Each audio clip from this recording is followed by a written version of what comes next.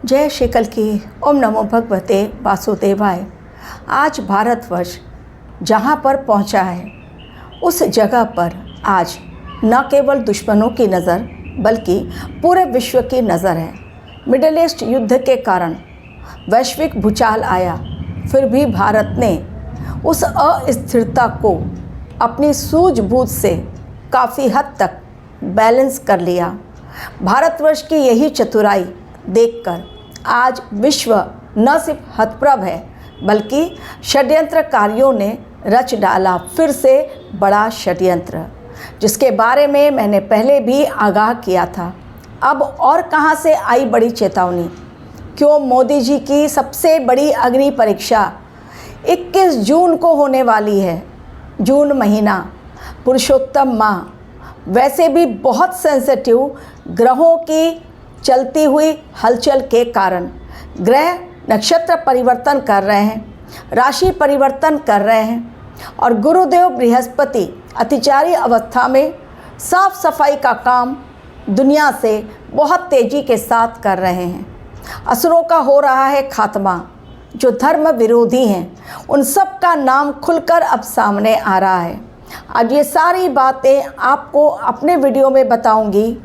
सबसे कठिन अग्नि परीक्षा से गुजरने वाले हैं नरेंद्र मोदी 21 जून को, और उसके लिए उन्होंने भी कमर कस ली है, क्योंकि उन्हें भी पता है इस समय चेतावनीपूर्ण है।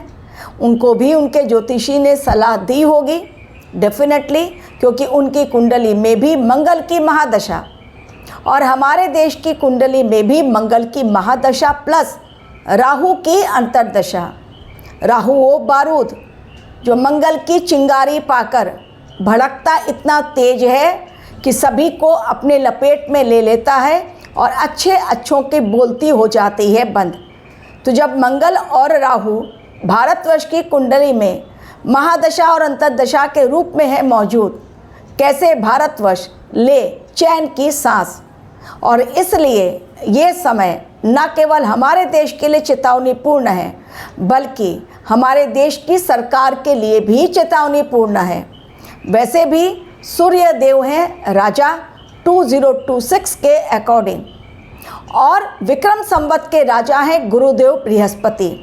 राजा को बैठने नहीं दिया जाएगा पूरे वर्ष, और गुरुदेव बृहस्पति जो धर्म के विरुद्ध में काम करेगा उसको अच्छी तरह से सबक सिखाएंगे, सीख बड़ी देंगे, क्योंकि मंगल देव सेनापति हैं। तो मंगल का दंगल ना हो ऐसा भला कैसे हो सकता है।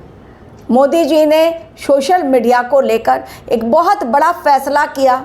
फिर से विरोधी हमलावर वो होने ही हैं, क्योंकि समय को देखते हुए नाजुक समय है और मोदी जी इस कठिन परीक्षा को पास कर लें, फिर से कोई उंगली ना उठे, इसलिए उन्होंने टेलीग्राम ऐप को बैन कर दिया है 22 जून तक, ताकि फिर से नीट पेपर लीक का मामला बहुत ज़्यादा तेज़ी के साथ न भड़क जाए जो पहले हुआ था।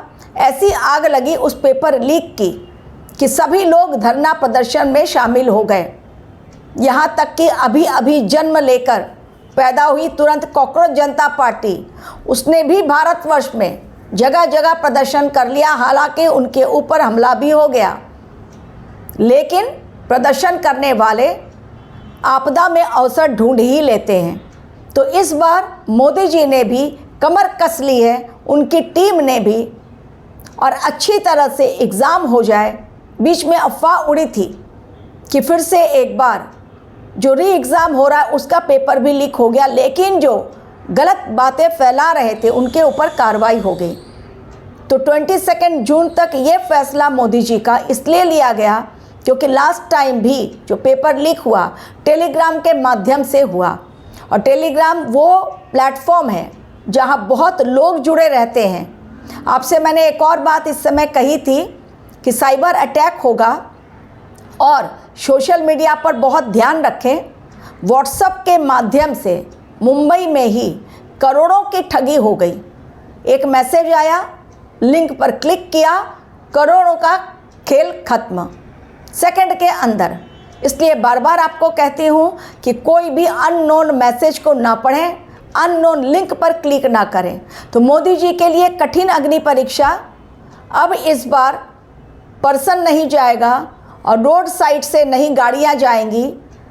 परीक्षा हॉल में, एग्जामिनेशन हॉल में जो क्वेश्चन पेपर जाएंगे, वायुसेना के हेलीकॉप्टर की मदद ली जाएगी। और बहुत स्ट्रिक्ट इस बार चीज़ें तैयार की गई हैं कि कितने मिनट पहले खोला जाएगा। और जो प्रश्न पत्र बनाए गए हैं, क्वेश्चन पेपर जिन्होंने बनाए उनको भी नहीं पता, इतने सारे क्वेश्चंस मोर देन 10,000 कि वो किस परीक्षा के लिए बना रहे हैं और इसमें से कौन सा सिलेक्शन होगा। और चप्पे चप्पे पर नज़र है कि इस बार पेपर लीक ना होने पाए। तो 21 जून की परीक्षा डेफिनेटली अग्नि परीक्षा तो मोदी जी के लिए है, जो मैंने पहले भी उनकी कुंडली देखकर कहा था कि सही नहीं है समय। उनके लिए ये साल चुनौती भरा रहने वाला है और तीसरा कार्यकाल भी उनके लिए चुनौती भरा रहेगा। तो वो बातें जो कही गई थी अब सत्य साबित हो रही हैं। एक ख़त्म नहीं होता है कि दूसरा मामला उभर कर सामने आ जाता है। ये तो हो गई नीट पेपर लीक के मामला और 21 जून की बात। और मुझे लगता है बिल्कुल इस बार सही तरीके से एग्ज़ाम होगा। अफवाह से रहें दूर। अब भी लोग व्हाट्सएप के माध्यम से, उनको भी पकड़ा गया है जो टेलीग्राम ऐप नहीं तो व्हाट्सएप का सहारा ले रहे हैं, फेसबुक का सहारा ले रहे हैं, लोगों तक पहुंचा रहे हैं कि मैसेज कि भाई हमारे पास पेपर है। और लोग जो गरीबी का रोना रोते हैं हमारे देश में, लाखों रुपए देकर पेपर खरीद रहे हैं और पता चल रहा है कि नहीं, वो पेपर तो असली पेपर है ही नहीं।